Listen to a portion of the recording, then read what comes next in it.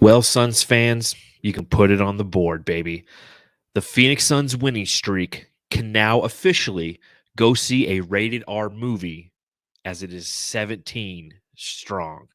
No loss November is complete. The Phoenix Suns went 16 and 0. 16 and 0 in the month of November. They've won 17 straight. They're 18 and 3 overall. And you know what, Matthew? I don't care if the national media doesn't give anybody any credit. The Suns earned it tonight. There's respect on their name. Fantastic win. I'm over that, John. The whole national media giving credit, it doesn't matter to me anymore, right? That whole thing's staged. The Kellerman and Max, I call him Max Kellerman. Oh my God, JJ Redick. JJ Redick and Stephen A. Oh man, okay, so yeah, JJ Redick sticking up for the Suns. A lot of that staged, so I don't even believe that hype either. Who knows if that's even true? But the Suns came out, lost Devin Booker, still won the game. What's funny is Devin Booker versus Steph Curry. This is the first real matchup Booker's had, superstar to superstar, with the teams playing this well, and I think his whole career. I just don't remember. It was always Booker versus Giannis, Booker versus another superstar, maybe, but when they're actually playing the same position, going head to head, it is the first time. But it ended up a Suns win without those two really making a difference, right? Yeah, I mean, the Suns did an effective job of negating Steph Curry this evening, and we'll definitely talk about that. Devin Booker went down with an injury, unfortunately, in the second quarter. We'll talk about that. So much to talk about on this edition of the Suns Jam Session podcast. So for those of you who are joining us live, whether it be on Twitter, YouTube, or Facebook, I tip my hat to you and thank you for hanging out with us after the game. If you're on YouTube, make sure you hit that thumbs up button. And if you're not on YouTube, head to YouTube and then hit the thumbs up button. If you're listening to this podcast, please subscribe, rate, and review. And if you're watching again on YouTube, go to the podcast version once you're done and then go subscribe, rate, and review there. Lets everybody know where the best post-game pod on Planet Orange is. Again, a massive victory for the Phoenix Suns. One of the premier games when it comes to two high-quality NBA teams playing against each other. This game was the first in NBA history in which both teams entered with a win percentage of at least 0.85, so 85%, and each on at least a 7-game win streak. And it's also the fifth matchup with a combined win percentage of at least 87.5% in NBA history with a minimum of 20 games. So a historic game entering it, and a fun and entertaining game for the Phoenix Suns. They win by 8 points by a score of 104-96. And I was so engaged in this game. It was so much fun to watch. So, Matthew, you're popping open a beer tonight, right? I do. One more left in the fridge at the Shoots. Nice. Right. Get the Shoots IPA. I'm rocking my water over here. All right, there you go, water boy. Here we go. Pop them. Oh. And let's talk about a fantastic win for your Phoenix Suns. Cheers.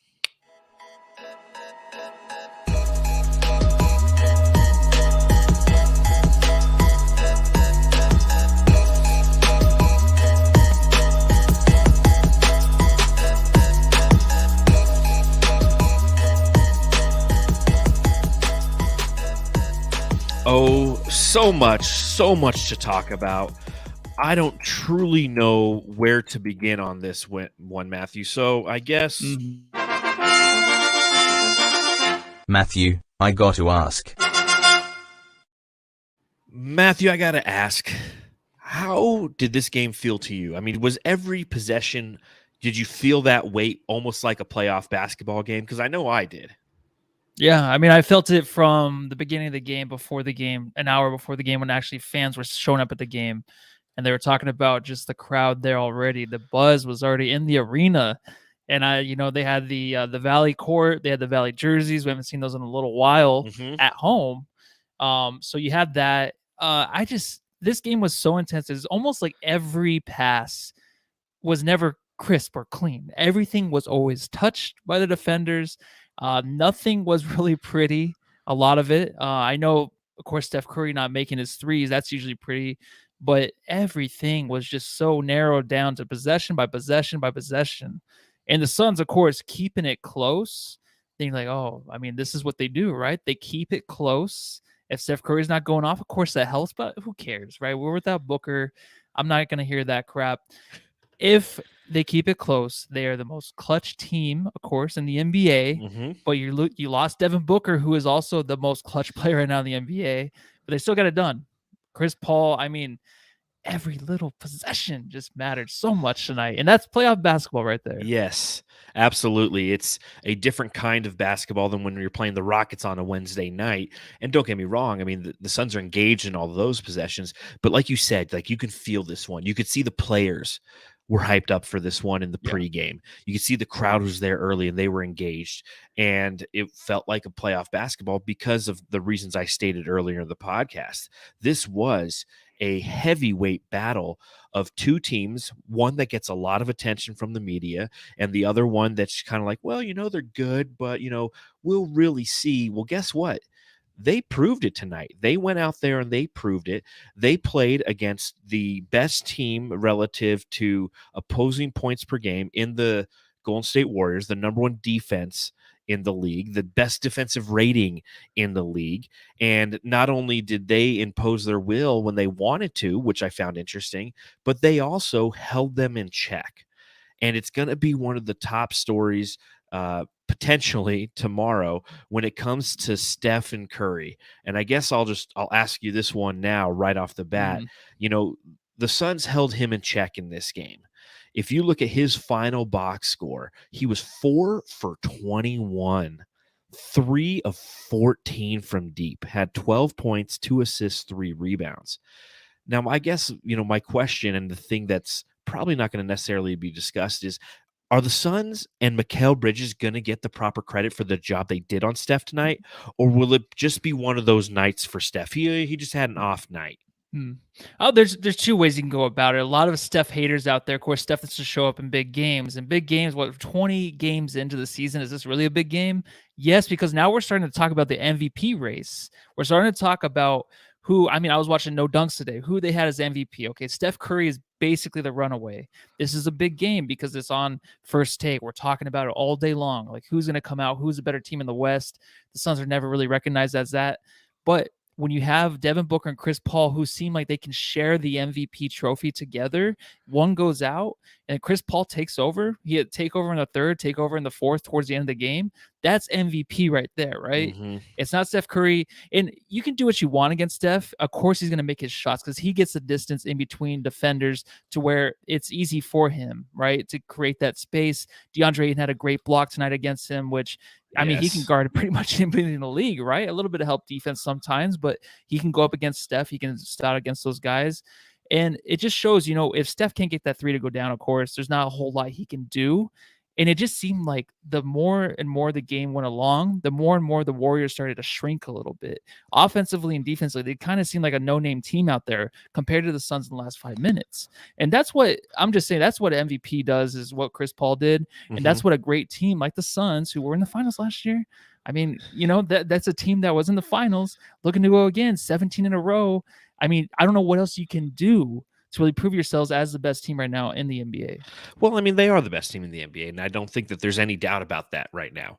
They're 18-3. They're tied with the Warriors for that record, but now they have beat the Warriors, and they did so in a convincing fashion. This isn't a game that came down to calls or, one of the things that, God, who was calling the game tonight? Was it Stan Van Gundy? Who was it? Yeah. No. Yes. Stan, okay. Mr. Stan. And what I like about something that Stan said at the end of the game was he noticed that the Golden State Warriors had a ton of turnovers. They had 23 in this game to the Suns 13. And that's really a big story. And what he noted was the majority of those were forced by the Phoenix Suns. So going back to kind of the Steph Curry conversation, when you look at a box score where he shoots 4 for 21, and note that when he has played the Suns in the past, they have given him fits with Mikal Bridges. This isn't just a blip on the radar. This is a trend. Mikal Bridges, the warden, showed up tonight, locked in on Steph Curry, and made every shot for him hard. The effort that Steph had to put in wasn't as easy as when he's playing against the Rockets and he's shooting the ball and he's looking at the bench and smiling as it's going in because no one was around him to defend it. So it will be interesting to see how it will be spun. Did just Steph have an off night, or will the credit be thrown on the Suns? Like, they did what they had to do to ultimately negate his effectiveness. And they were saying they were giving the Suns their flowers on the national broadcast tonight, which of course makes me smile. But it'll be interesting to see moving forward what the pundits will say, if you will. So obviously, the other big news in this game is Devin Booker goes down in the second quarter with a hamstring injury. He does have a history of hamstring injuries, which is unfortunate. He had 10 points in 15 minutes, was 4 for 9 from the field. I mean, you could tell Devin Booker was getting ready to cook in this game. This was going to be one of those 35, 40-pointers from Devin, and it's unfortunate that he loses or the Suns lose him to that injury tonight, Matthew. That sucks. Yeah, it sucks, and I mentioned it right off the bat in the podcast that this is the first time I really think Booker versus Curry is really something. This is something where Phoenix is now on the map. I mean, of course, Booker's does not have the career that Curry has. So when you're going against a guy and you're like, it's your picture and Curry, it's something special. So we're all anticipating that. I feel like this happens a lot in sports. When you get that anticipation, it kind of goes the other way. I think the other teammates stick up. And just really quick for Mikal to go back, 41 minutes, just nonstop defense. And that's all you're worried about from him. But yeah, Booker, he was getting to go. He was getting his offensive game going, and the broadcast even started to mention it. The mid-range was going down. You can see he even dropped Steph Curry early in the game and got the mid-range to go down. So he was playing his game. Mm-hmm. It seemed like it was going to be a 30-point night again for Book. And I didn't even know when he went out. I didn't even know that he was gone. Like, I thought he was just on the bench resting. I didn't even notice that he did get hurt. I don't know if you noticed that or not. Yeah, I was all over. I was all over Twitter tonight. So okay. I mean, when he went out, I knew instantly that he went out, because when he left the game with about 5 minutes left in the second, like, he went straight to the locker room, and Brendan Clean from Locked On Sports or Locked On Phoenix Suns, he was talking about it. Dwayne Rankin, a bunch of those guys were like, "Hey, Booker just went to the locker room, kind of thing." Yeah, it's a bummer because you knew it was going to be a big game, and I hope he's had these in the past where he's going to miss probably a few games, but just I mean they pick him up, and I was going to ask you too earlier in the pod, because Booker was out, who was going to start the second half? I was texting nephew Hayden. He said Cam Johnson, and I was like, I think it's going to be Payne, and they went with the right choice, right? Cam Johnson. Yes. Oh no, absolutely. Well, because we'll transition to the Cam Johnson conversation here momentarily. I want to kind of give a couple thoughts on Book, and I like what Hey.0 says in the chat. He says, I am happy and not happy that Booker was out, because this team can learn to play better without him. There is opportunity in this injury for the Phoenix Suns to do just that, as Hey.0 mentioned. Like, this is your top scorer who just went out. Granted, it's not the typical top scorer. He's not somebody who's dropping 30 a game or 28 a game. He averages 22. But there's also the Western Conference Player of the Week. He had a fantastic road trip, 30 points a game on 50-50-90 splits. I mean, he's really starting to catch his stride, if you will. And then he goes out in a game where that he's just pushing it so hard because he wants to win. And you love that for the competitiveness that is Devin Booker. And after it's said and done, the team leaves with an 18-3 record, and Devin Booker has a hamstring injury. Does it suck? Yes. But the Suns are 18-3. They're 21 games into the season. And due to their record, they have time now allotted to them to allow him to get as healthy as possible. It's not like, oh man, we're fighting to get to a playoff spot. It's not like the old Devin Booker injuries when the Suns sucked, where it was, you had one of two options. One, let's continue to try to play him and give him an opportunity to try to push this team towards a playoff berth, or let's just put him on the bench and hope that we get the number one pick.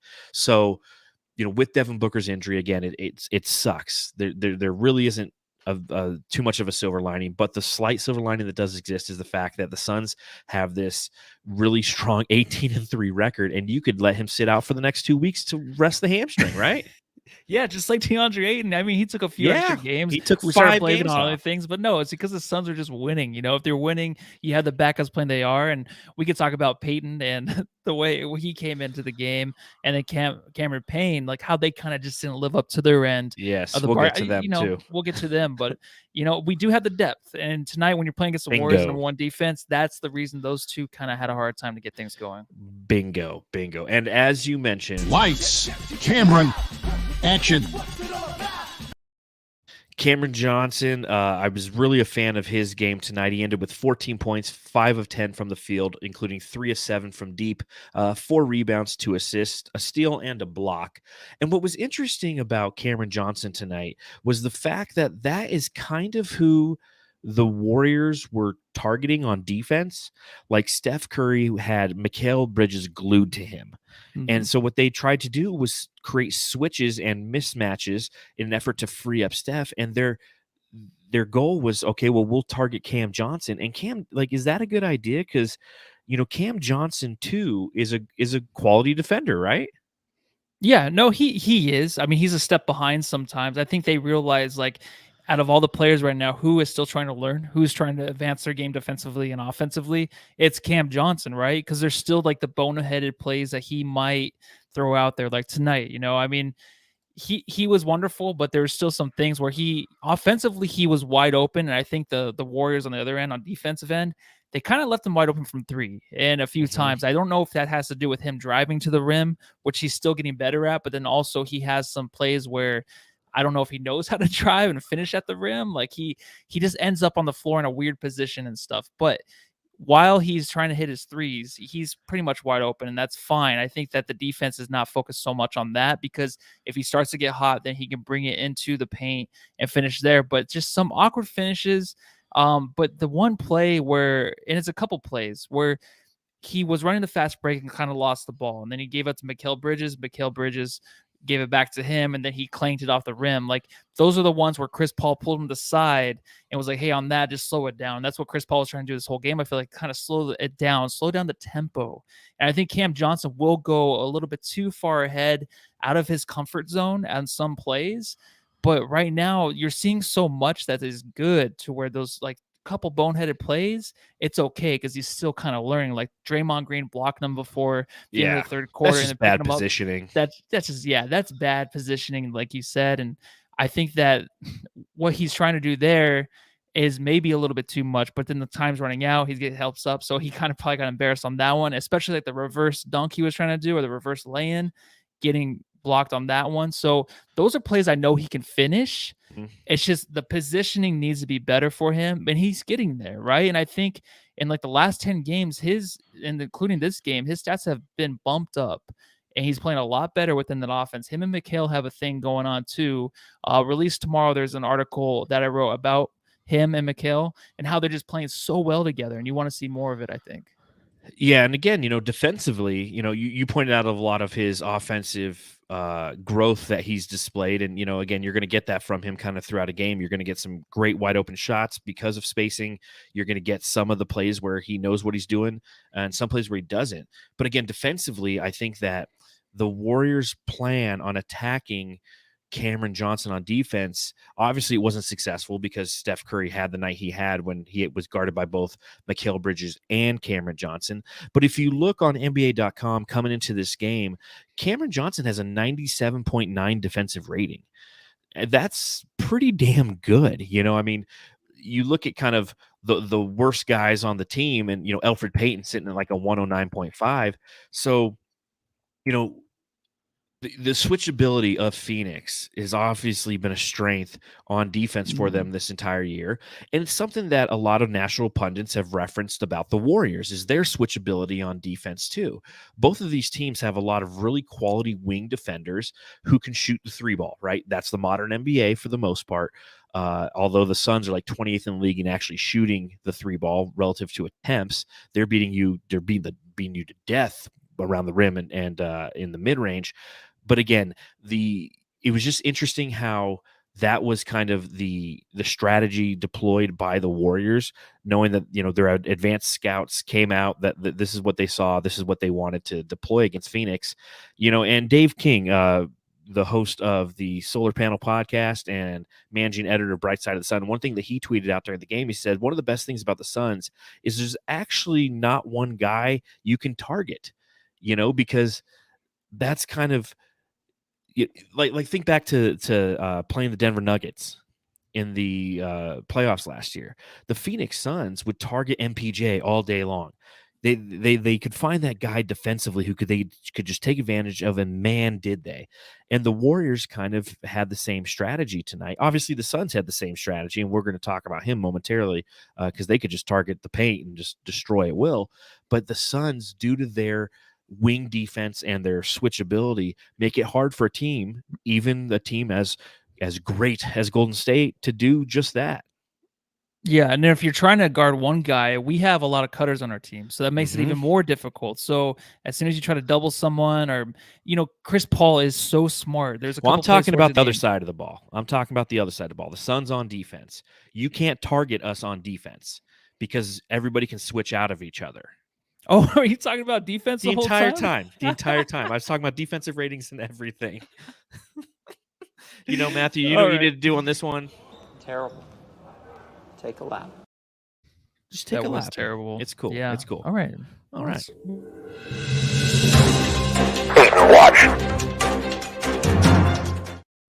All right, Matthew, now I'm going to talk about the offensive side. Whereas you can't target any defender on Phoenix on defense, the Suns can target the opposition, and each night they find the matchup that's most beneficial to them. Obviously, tonight it was the interior, and it was DeAndre fucking Ayton tonight who feasted.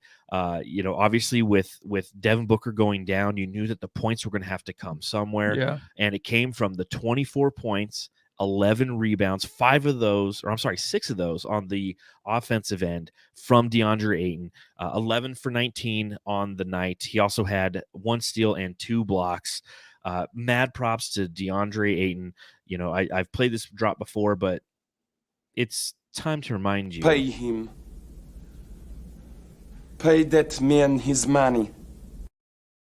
Dude, he balled out tonight. He's earning that check every night, man. Oh man. I don't think I've ever seen him in the first 6 minutes of this game ever come out and play the way he was playing. There was just a different kind of energy in him where he was grabbing offensive rebounds, coming back from like the 3-point line just to crash the boards. Like he's really never doing that. 4 for 5 early in the game. Him and McGee, of course, kind of went back and forth between minutes, but he didn't even have any touches really in the second. So to put up those numbers, play the defense he was playing, and then also the block against Curry, like he was just everywhere on the court, and the energy was just there. It's nonstop. That's the thing that was like always in the past. It's always the thing that Booker would bring up. Like, this is how you can play. Now I can see like there is a different edge to what Ayton can do on the court. And it's just like him just roaming around everywhere. Like how I mentioned before, with the Warriors were kind of shrinking. DA was getting massive and massive and massive down there. You could not stop that. He had the turnarounds in the third quarter that looked absolutely brilliant. Yeah, what was that shot, dude? He looked like couple. Jordan out there. Yeah, he missed a couple, but he looked like he was in such a flow where he would grab the ball and quickly go to the move. It wasn't any hesitation at all. It was just something, even if the ball did not go in, he looked very, very confident in it. It was a different game, and we know DA can basically have his best games on national TV, right? He's always mic'd up. He's always the guy that's really focused on. He's the most exciting player right now for the Suns that has a good game. When he does, every time we take notes, it's the most notes I take out of any player, which is 2 little notes. But no, I'm just kidding. But there's seriously something with Ayton. There's just electricity around him to where he does shine. I think it's more than any other player. I know Chris Paul puts up the stats and stuff, and he has those amazing plays, but between the legs, shaking any kind of defender he wants. But when DA has games like this, it's bigger than any player on the Suns, I think, where it comes into the next day or tonight when we're talking on the podcast, where it gets everyone going, buzzing, all the jamsters in the comments. It's all about DeAndre Ayton. You have the CP3 stuff. When Booker goes off, yeah, it's great. It's fun. It's exciting. He's going to be an all-star. But when DA does it, it's just something else. It's something special. Well, it's funny because you mentioned, a possession where like he gets the ball and he doesn't hesitate, right? And then I wrote in my notes on a couple possessions, he did hesitate, but in a good way, where he got the ball on the block, he waited, he let the defense kind of set, and then he went to work, back down, hook shot. And so the different ways that he was performing tonight on the offensive end was unbelievably fantastic. He hits the turnaround Michael Jordan like fadeaway. It felt like, I know it's not, but at the same time, like, this is an individual who's becoming more well polished in his game. And when he was asked to step up tonight, when the Phoenix Suns went in with the game plan, says, listen, they got Looney down there. Like, you can throw this guy in the cement mixer, pretend he's Jokic for the night because he always plays well against Jokic. He's like, yeah, pretend he's Jokic and just go crazy on him. He did that. And yeah, I see some of the comments, it's like, hey, they should have fed him more. They should have fed him more. I felt like they fed him the appropriate amount. I've always said, like, if DeAndre Ayton's getting about 15 to 19 shots a night, that's right where you want him. You don't want him to go into the Karl-Anthony Towns world of 25 shots a night. He ended with 19 attempts tonight. And I think that, because again, you can't make your entire offense every possession pass the ball to DA. You have to get other guys engaged. You have to take advantage of other things. And again, you can feed it down to DA to allow the defense to collapse. He kicks it out, and then other good things can happen. So, but it all starts with DeAndre Ayton's ability to navigate the interior and to be effective in doing so. And we saw that right off the bat tonight. He had the 9 points in the first quarter, and then he went into just full dominating effect. I mean, he was the most dominant player on the court tonight, in my opinion. He was grabbing rebounds. He was making the shots. He was setting up his team. He was blocking Steph Curry from three. There was one play where he got switched on Curry, and Curry's doing all his quick moves, which he's known for. And Curry just had to pass out of it because DA just stood there and just was like, I am a man, dude, and you are not getting by me. And, again, I saw it with Jordan Poole. Same thing. Jordan Poole navigates himself into a switch with DeAndre, and he's like, oh, sweet, I got a big guy on me. Now, on a normal night for Jordan Poole, that's an opportunity to go ahead and either shoot a three or pump fake, get the guy up in the air and drive the basket. But DA's just rooted in defense and shot deterrence. It's like, listen, you pump fake it, my hand's right here. You try to go by me, I'm still right here. I've got the lateral quickness. And same thing, he tried to drive by him. He ended up kicking the ball out because it was a dead end. Dead end DeAndre is becoming a thing right now, because if you try to go in there against him, nothing good is going to happen for you. When you couple that with the way that he's playing offensively as of late, he is just max this guy. Pay this man his money, right, Matthew? Jeez. Yeah. No, and even the play where Steph Curry gets by him, Mikal Bridges comes over and swats the ball. So he knows he has the backup. He does as much as he can out there, which is a lot for a big man to stay on Steph. Yeah, and there's not very many big men who can actually stay on Steph, and that's one of the the big takeaways again, is how amazing he's been playing. Now you have the secondary guy, the guy who also likes to play center as well. He comes in, when DeAndre Ayton isn't playing. Double O McGee. So you have JaVale McGee going tonight. You like that new drop? I love it, man. I watched it like 3 times on Twitter. It was hilarious. Oh, well, thank you very much. But McGee, he didn't have an amazing night. He only played the 8 minutes, but he had 8 points in 8 minutes, 4 of 4 from the field. A couple rebounds. It was interesting, the Suns' strategy in this one, and you knew DA was going to dominate the interior. JaVale McGee had a more productive first half than he had second half. I think, how many minutes did he play? Let me pull this up real quick. First half, JaVale McGee minutes played 4-2-4. So, they pretty much said you're playing 4 minutes in the first half, you're playing 4 minutes in the second half. And what they wanted to do was, utilize small ball lineups, things that the Warriors hadn't seen. Because the Warriors made no mistake about this entering this game. This was a big one to them. This is one they circled on the calendar. They had their advanced scouts there. They were ready for this game. And so what Monty Williams did is he's like, okay, you're used to JaVale coming in. We're going to go ahead and we're going to go with some small ball lineups. What was one of the lineups that I wrote down? It was Chris Paul, Landry Shamet, Devin Booker before he got hurt, Mikal, and Cam Johnson. Cam Johnson was playing the 5. And that was effective until Devin Booker got hurt. Now, as the game progressed, they had a sub Booker out. That's where you saw some of the Elfrid Payton minutes, and they weren't as successful. In fact, that's when the Warriors cooked and kind of got back in the game a couple times. But JaVale McGee again killed the zone when they tried to throw the zone at us. And although he didn't have the most positive effect in this game relative to total time played, he was effective when he was out there. He was, and it seems like he played like more minutes. When I looked at 8 minutes, I'm like, wait, what? We still got to do the drop though. So I'm glad you pulled that off because it's so effective. When he was in the game, you think it's more, but the small ball lineup was interesting because I remember when Shamet came into the game, I'm like, okay, he's replacing Cam Johnson, and I'm like, oh, Cam's still out there, so he's playing the 5. And Cam, he did his best in the game, and this is something that Monty's been doing, right? Where he's throwing different things at teams. Like we talked about before in the other pods where like Shamit would have the ball offensively, bringing up the court. Like there's just different things that he is implementing into this offense, and he's expanding like just ways where teams can't really look at film. But okay, this is the Suns. This is what they're gonna do because you don't really know. There's so much depth on this team to where even if Frank Kaminsky's out, you still have Cam Johnson that can play the 5. You know, he's a tweener that we said 3-4. But when you're playing a team like the Golden State Warriors where they don't have the depth inside, then yeah, you can be small. And it's exactly what they did, and it was effective. It was something that really kept them in the game. So I don't know if you expect to see more of it, but I would still love me some more JaVale McGee because 8 minutes is not enough.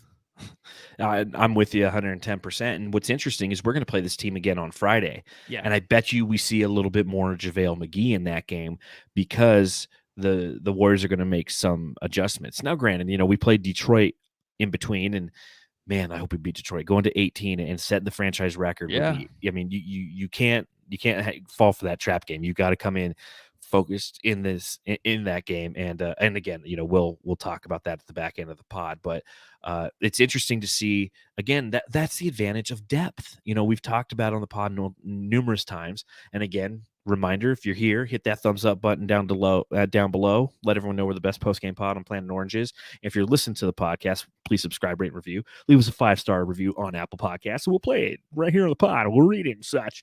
But the depth of this team is so paramount because, you know, the other side of this conversation, you know, one is we can flex like we did tonight. We can throw random lineups at you and just confuse you. And if the opposition's confused for 3 minutes trying to figure out, hold on, what the fuck's going on here? Cam Johnson's playing the 5. Okay, who do we guard? You know, because then we turn into like the Clippers lineup last year in the playoffs where they're playing 5 out. We're starting to throw some 5 out offenses at you, and you're just like, what do you do? And by the time you become undiscombobulated, we've now put DeAndre Ayton back in the game. We've bought 3 minutes of DA on the bench. You know, that's another way that this team can beat you is with depth. And covering for Devin Booker, you know, not having him playing in this game. That's going to be another interesting side of this conversation. Again, tomorrow on whatever replaces the jump, because what is it, NBA Today? And, you know, it's like, not only did the Suns win, they won by 8. They shut down Steph Curry, and they were without the Western Conference Player of the Week after he started off extremely hot. Like, I can't tell you how many different ways. Like, this is the perfect scenario when I woke up this morning in Phoenix, Arizona, before I hopped on the flight right here to lovely Reno, Nevada. Once again, I'm like living in Reno these days. And Matthew, we were both down in Vegas last week, so it's actually kind of nice to do a podcast sober. Am I right? But not for 15 minutes. Yeah, those are whatever. But again, you know, having the national media take a look at this team and saying, you know, like when I woke up this morning and looking forward to doing this podcast tonight with you, this is the scenario I wanted. Outside of Booker being hurt, it's like every check mark was hit by the Suns again tonight. Like they continually prove that team basketball trumps all. Yeah, and that's one thing. That's why the Suns aren't covered. Someone actually tweeted about it, how the Suns are a team. That's why they're not covered nationally. And that's fine with me, seriously, still. But the way that Chris Paul really does slow everything down, and like he just attaches himself to basically every player walking up the court. Like he is just maneuvering everything as he comes down the court, just hopping, skipping, doing whatever he wants against these guys offensively. You can't stop it. There's just multiple plays where Chris Paul would just throw passes basically behind his back to like Jay Crowder, whoever just would pop back for 3. He would find the guy that the defense is not looking at, which I don't know how it happens, but he does do that.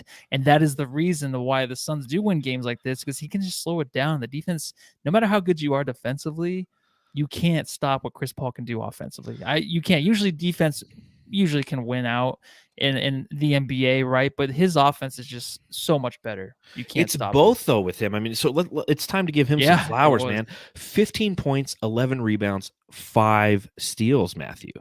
I mean, again, he ends with 7 of 13 shooting, 1 for 3 from deep, facilitated this offense to a victory, hit that one spin around shot where it's like he's like, I'm gonna spin and then spin again, and then hits he just big shot after big shot, knowing that his team needs him, facilitates the offense effectively. Only had 2 turnovers, so 5 steals, 2 turnovers. I mean, and he's coaching the whole way. he talked about it on the post game with as the guys from the TNT. You had Chuck and Shaq and Kenny were asking him questions. Shaq's asking him about DA, and he's like, "Man, I ride that kid hard." And we talk the entire game, but I expect a lot out of him. And again, it's his leadership that is unparalleled in the NBA. And don't get me wrong, like Steph Curry is an amazing basketball player. He's one of the funnest basketball players to watch. And I assume he's a great leader because he's been in a lot of interesting situations in Golden State relative to different roster configurations, Kevin Durant coming in, and he is the most selfless player in the NBA. But I have never seen him lead in the same manner that Chris Paul leads a team. And obviously, they're two different players, two different styles of play. And he might lead more by example, or he might lead more by putting up 28 points a night. But you got you got Chris Paul, who's leading the league in assists, and he's right up there. Last I checked, he was third in the league in steals. And after a night like tonight, it's going to put him right back up. And it's just, this Chris Paul has been nothing but short of a revelation. And once again, he did it tonight and assisted in leading his team to a victory that not a lot of people have really picked the Suns in this one. No, and also Chris Paul, just really quick, he was at the end of the game. He was in their defensive. He was getting the rebounds. Yeah. He made sure. I mean, he stepped out of bounds once, but he was always in there trying to just take the ball away from the Warriors. I mean, how many times he went up to a Warrior, just ripped the ball away from him, and then also defensively under the glass was just. He was there. He was tipping the ball. He was grabbing the boards. He was always in the right position. That's how you lead too. I mean, last 5 minutes, all out energy. He saves that energy. Then he's there. He's scrapping for everything. That's the one thing he does. A lot of these guys in the MVP race don't do. So that's our MVP, man. He plays both sides of the ball. That's the key, man. He plays both sides of the ball. One thing I wanted to mention real quick was Jay Crowder.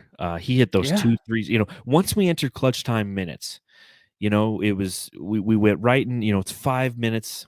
I think we were up 3. It was like 92-89 at that point. And the Suns closed the game on a 12-7 run to do so.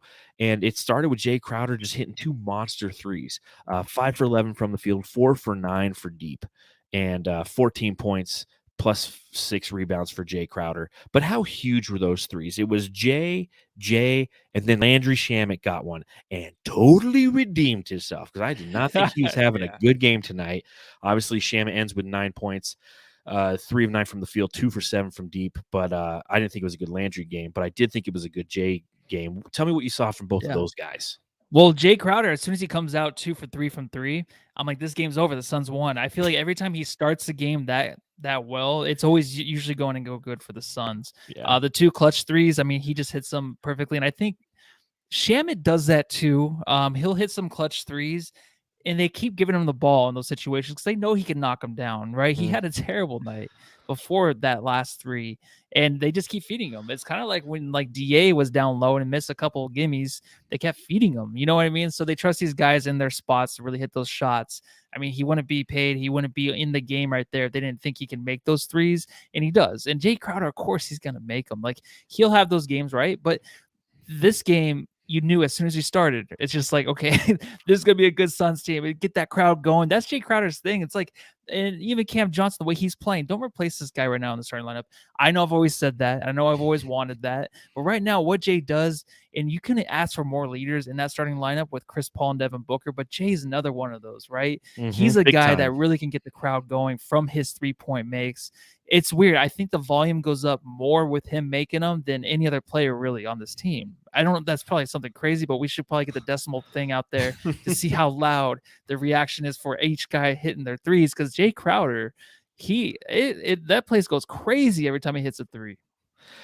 I'll tell you another guy who gets a lot of love when it comes to threes is Campaign. He's definitely somebody who, I think, because you like to mention how much he just shouts. And I think every time he hits a 3, he starts shouting so loud. I think he doesn't do that anymore. Oh, he did after a 3 tonight. I'll tell you that. Did he? Okay. Yeah. But if you look at Jay Crowder, and here's one of the reasons why I think it's, the crowd gets so excited when he hits those threes, is because he does the majority of his 3-point hitting, if you will, at home. This year he's shooting 41.3% coming into tonight at home versus just 33.8% from the field. And if you look at his 3-point shooting, he's 35.7 on the road, or I'm sorry, at home, and he's only 29% at away from footprint center. So he's one of those guys who just feeds off that home crowd energy, which, if you're somebody who was at the game tonight, fantastic job. We could hear you on TV. Yeah, The national super loud. the national broadcast, the TNT guys were commenting on it. That's what it's about. It's a true home court advantage when you come into the footprint center and you have to play the Phoenix Suns. One thing I will bring up, just quick side note. So the logo for the footprint center, they really missed an opportunity. You don't know the logo for the footprint center? It's I'll look it up right now, though. It's like on the floor whenever they're playing. Like, all you have to do is look it up. But one thing that they missed, I feel like, I don't know, the footprint people missed, is like all they had to do was turn their logo the other way, and it would have made perfect sense because it looks like an F. Because if you look at it, it kind of looks like a backwards F. I know. Okay. I No, know. I see it. Yeah, it's kind of like a Fila F or something, kind of, right? Yeah, but it's if you move it the other way. backwards. Yeah, I'm seeing that So now. it's just total Good side point. note. Good thing maybe they'll listen to you, John. Well, no one will listen to me. They're a multi-million-dollar corporation who have a naming rights, and they're like, "Oh shit, now's the time to change the logo." So, a couple things I want to talk about when it comes to the Warriors. Jordan Poole, he's the guy who, when Klay Thompson comes back, is going to return to the bench, and he's definitely somebody who's going to make this team in the long run just fantastic when it comes to depth. Ends the night with 28 points to lead all scorers in the game. 9 for 15 from the field, 6 for 12 from deep. He had 16 of the Warriors' first 26 points on 6 of 7 shooting, including 4 or 5 from deep. And then you had Otto Porter, who was just killing it too. And between Jordan Poole and Otto Porter, they had 30 of the Warriors' 53 first half points. What'd you see from these guys, man? Well, I mean, that was really annoying, right? Jordan Poole in the first quarter, what he was doing. Yeah. It's been a while, I feel like, since we've had a guy that really, I mean, he's going to be like the most improved player, of course, winning that award this year.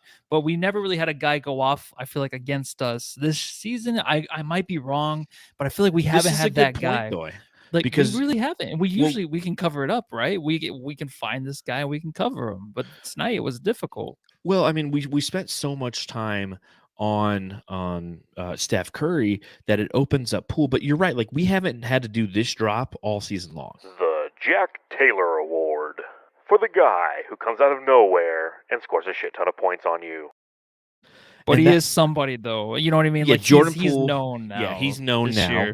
Year. But he's somebody. Yeah, you're right. He's not the random guy coming off the bench who scorches you. Kind of like Otto Porter, but again, Otto Porter's been in the league long enough. We know who he is. He's somebody who we've wanted on the team. He ended 4 of 8 from 3. I mean, those were the two killers. I mean, combined, they were 10 for 20 from 3, and they kept the Warriors in this game for the majority of it. But yeah, I mean, he was a flame. Both of them were flamethrowers tonight, man. Yeah, and honestly, what Jordan Poole does, I like it. It's interesting because he's gonna get paid. And I think, of course, when Klay Thompson comes back, you're like, okay, put him on the bench. This is just something I got to throw out there. I know everyone's excited for Klay to come back. And everyone's like, okay, if this team gets Klay back, they're going to win it all. I don't think that happens in sports. I don't think that ever happens in the history of any, like, football, basketball. Anytime a team is, like, really, really great and they're like, okay, wait for this player to come back and we're going to win it all. I don't think it ever happens. I think it goes opposite. I think the team turns mediocre.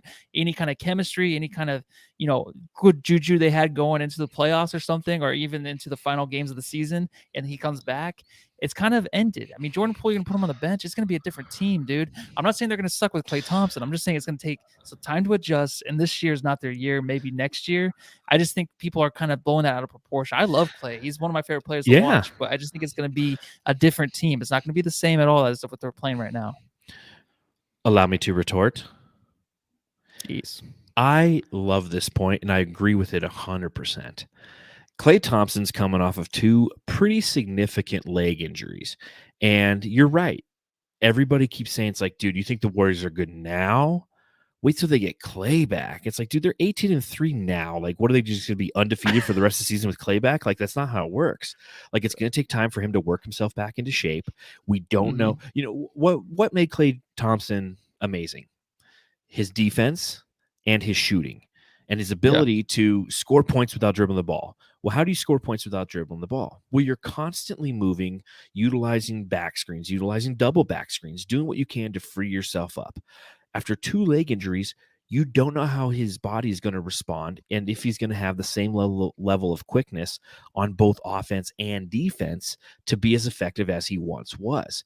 Do I want him to be? Of course. I love basketball players to be healthy because, you know, you want to beat a team at their best, you know, and that's the funny thing about tonight is like the Warriors beat the Suns and we weren't at our best, man. Devin Booker wasn't out there, but I don't see how you just plug Clay in and all of a sudden this is like the greatest team since, you know, the Jordan 96 Bulls or whatever. So, I mean, I agree with your point there. So we'll see, you know, again, how they are moving forward. It's going to create a different chemistry for this team. And you know, we'll sit back and watch and see how it goes. And, you know, so far we've got one up on them on a tiebreaker. So shout out real quick to So Serious in the chat. He donated $4.99 via the Elite chat. We truly appreciate that. We're going to utilize that to get Matthew a Cameron Johnson jersey. He goes, here's what I find funny.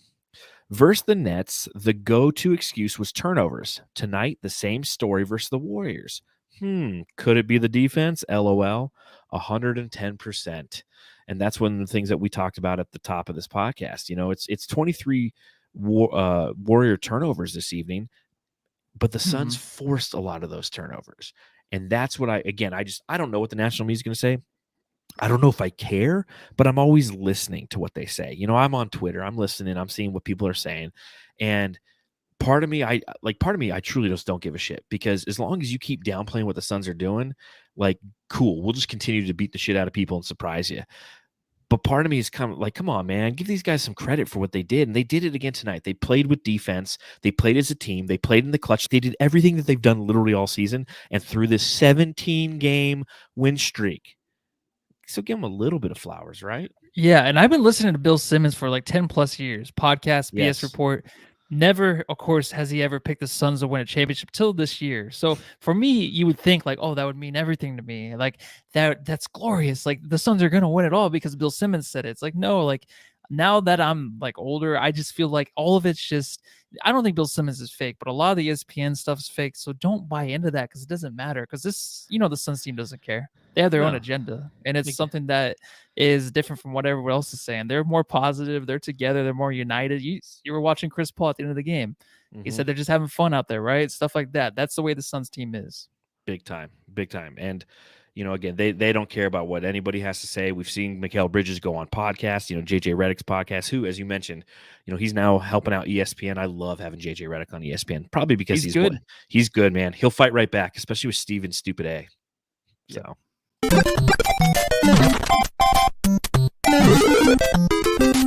Jam Star of the Game. All right, Jamsters, this is your time that if you're listening, please just subscribe, rate, and review. And if you're watching, let us know in the chat who your Jam Star of the Game is. Matthew, this is a tough one, so I'm going to let you go first. All right, I'm going to go with the first comment I see. All right. Oh, Bridges. I'm not going to pick Bridges. I'm going to pick, I guess I'll go with CP3. You're not going to pick Bridges. Why? I can't. Because I know his defense was great. All right. But Chris Paul, the way he ended the game, 5 minutes defensively, boarding, rebounding, he looked like he was 7 feet in there grabbing the boards.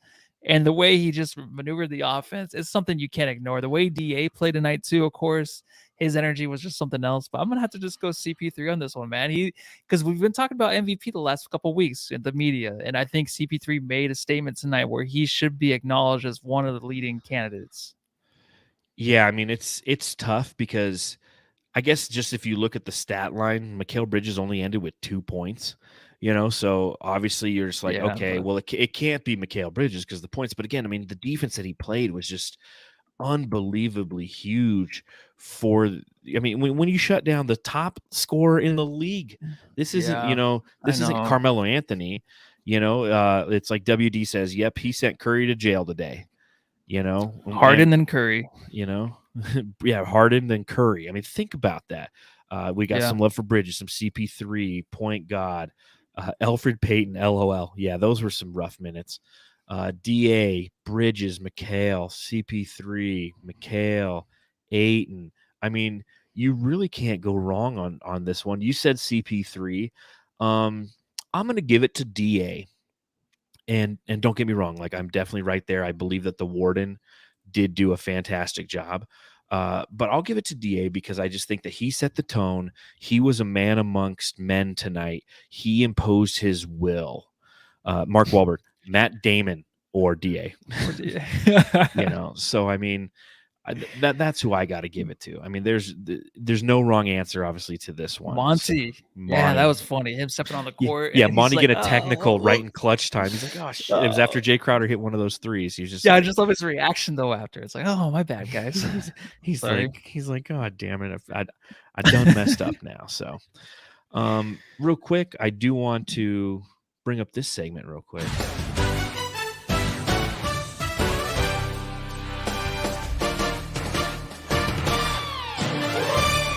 Jamsters react. What's a Coyotes jersey, huh? To a Suns game. So this is one we haven't done in a while, but one of the things that I did on YouTube is I reached out to our elite jamsters. So if you're interested in becoming an elite jamster, all you have to do is click the little join button down below or follow the link in the description of this broadcast. And I just reached out and was like, hey, if you got any questions for the pod, just let us know, hit us up. So one of the ones that I really want that I want to bring up is from Coda Kid, one of our loyal elite jamsters. He goes, the way this team is built right now and what they've done so far, do you still believe that we need one piece at the 4, or do you honestly wait for Super Dario to come back, which would be around playoff time? So what do you think about that, Matthew? Okay, yeah, earlier in the season, I thought there was one more piece we needed. All right, so things changed, of course. I think the way the Suns, of course, last year, going to trade deadline, nothing. So they really trust this team. I don't know how you can't trust them right now with this win, and then just the way they're playing with the backups coming in with injuries. Everyone's filling the roles that they didn't even know they would have coming into this season, and they're doing spectacular. I mean, Frank was amazing. Now you got Cameron Johnson playing the stretch 5. Like, there's just things that this team can do individually where they can just expand their roles and fill them great. And I don't know. Of course, one more piece would be great, but you can't mess with this right now. And I'm not just saying after this game, but the win streak, everything, you can't just, you would have to trade away a piece, and you don't want to trade anything out of here unless it's like Jalen Sticks, of course. It has to be somebody. If you want a really good piece, it would have to be someone from this unified group right now. To take them out, that would just screw everything up. So I'm not all about that. And that's one thing that I think we both agree on. And if I feel like the majority of people don't, is they always think that one more piece could be added. They always think a guy can get more minutes. I'm sure there's somebody in the comment tonight or somebody on Twitter somewhere is like, yeah, dude, it's great that the Suns just beat the Warriors, right? It's fantastic. 17-row, fuck yeah. But can we get some more Sticks minutes? Like, people always want what they don't have. And I love what we have right now in every aspect of what this team is. So to Coda Kid's question, he's like, do you just kind of sit around and wait on Dario and hope on that? I say yes. I say, come playoff time, if Dario has the capacity to come back and play, you plug him in as your power forward backup on a third team basis. I mean, Frank and him out there if we need it. So again, it just adds to the depth. And I think that, we're balanced across the board. Why, as you mentioned, why mess with the chemistry? So again, Coda, thank you so much for that question. We do have some other questions in there that we'll address on future podcasts. But again, if you want to become an elite jamster, just click that join button down below. Next up, we have the Pistons on Thursday night. Second game of 2 at home for the Phoenix Suns. What are you looking for in this one outside of a victory for your Phoenix Suns, Matthew? Let's go. Let's get this one over with, right? Come on, let's just get this one over with. Let's get 18. Let's just win it. If they lose this game, does this last game mean as much? Of course it does. 110%. It does, but getting 18 is pretty awesome. I think last pod I was like, this streak doesn't mean anything. I did have a little bit to drink. It doesn't mean anything. We got to wait till the playoffs for really. I don't even know how I remember that I said that, but yeah, this game we got to get in there. I don't know if Kate Cunningham's even playing. I don't I don't know what they got going on over there with the Pistons right now, but I just know it should be an easy win. Yeah, I mean, I'll tell you what they got going on with the Pistons. Not much is what I'm going to kind of err on the side of not much. You know, you look at them right now; they're currently 4-16. They are the second worst team in the NBA right now. They just haven't really, you know, done what you thought they would after they got the number 1 overall pick. They're a team that is trying to develop Cade Cunningham, the number 1 overall pick in the draft. They're trying to develop Sadiq Bey. They're still led in scoring by Jeremy Grant. And if that's the case, you're not going to be a top tier team. Jeremy Grant is a fantastic player, don't get me wrong, but he shouldn't be your number 1 option on offense. He's a great role player, as he's shown when he played with the Denver Nuggets. So he needs to kind of return to that role. And of course, you know, the guy who started 3 games, played a total of 18 and averaging 7.7 points per game and 3.6 rebounds is your boy, Josh Jackson. So, you know, obviously we're predicting a win for this one, right, Matthew? Yeah, we got the win. Yeah, that's and man, that'll make this win streak legal. You know, they can buy cigarettes and Playboy. Yeah, Because it'll be 18. It'll be 18. So, you know, looking forward to that game and looking forward to let's see how many people we lose here, Matthew. Childhood trauma. So we're at the back end of the podcast. To those who've stuck around, we appreciate it. Subscribe, rate, and review. But we have about 5 minutes left, and I figured, you know, one of the things that we do from time to time is we do our childhood trauma segment where we completely go off topic and we just talk about childhood traumas that we have experienced throughout our lives. So on the last edition of this, I revealed that my dad's a paranoid schizophrenic manic depressive with agoraphobia, and he raised pigeons. And Matthew got into a van as a very young lad and just started driving away. Is there anything else you want to share? Yeah, actually, last pod I did it with Sons Geek, and I think I did. Was that a dream? No, I don't think it was a dream. Jams, just let me know. I think I did one where I went to McDonald's. Yeah, I think I did say this one. I went to McDonald's and I was embarrassed because I went to a women's bathroom. I got another bathroom one. All right, if you want to hear this one. Yes. So I think it was 1st or 2nd grade. You know, gotta drop a deuce. So I remember exactly, if I go back to my school, I remember which bathroom, which stall. So I had to use the restroom. This was like, you know, I didn't have an issue back then. I would just go, you know, drop a deuce and leave. Mm-hmm. But when I went in there, 2 dudes came in, or 2 boys, 2 bullies came in. And as soon as I was sitting there, they started yelling at me. They're like, get what, through the stall? Yeah, they started yelling at me. They're like, get out of man. there. Like they just started harassing me. And I had to hurry up and just leave. And you know what I missed doing? Oh, So I you just didn't left. wipe. And ever since then, I think about that a lot now whenever you have to use a public restroom. Ever since then, it's been a little rough for me. So that is actually very, very traumatic. Yeah. I've seen counseling before, but not for that. So maybe this is something I got to visit. So do you still have a fear of going to public restrooms, or you still do it, but you don't have a fear, but you do, like, you kind of are always afraid that somebody's going to come in and yell at you? I don't know. There's just a little bit of a fear, so I don't know. Yeah, I don't know why I shared that, but we did lose 20 viewers again. like instantly. Yes. Real quick, Felix says, Book tweeted No Lost November. You know what? I tweeted No Lost November right as it happened, so I beat you to it, Book. Well, if we're going to go bathroom style childhood trauma, I guess I have one.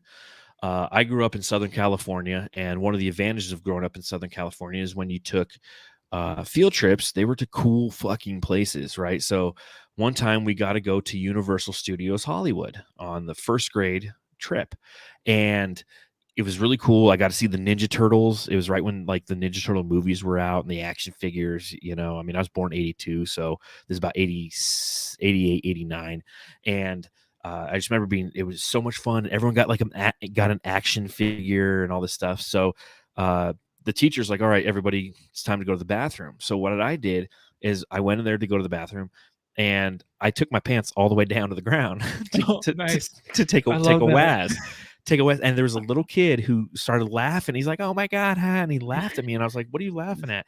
Yeah. And like I didn't really understand it. I remember going home and telling my sister about it. My sister's like, I'm like a girl, so I don't know what bathroom etiquette is. My sister's 3 years older than me, but she's like, but I don't think you're supposed to bare ass it in a bathroom publicly. And I'll never forget the last day of first grade. We're all standing in line and to leave or something, or the teacher's saying goodbyes or whatever.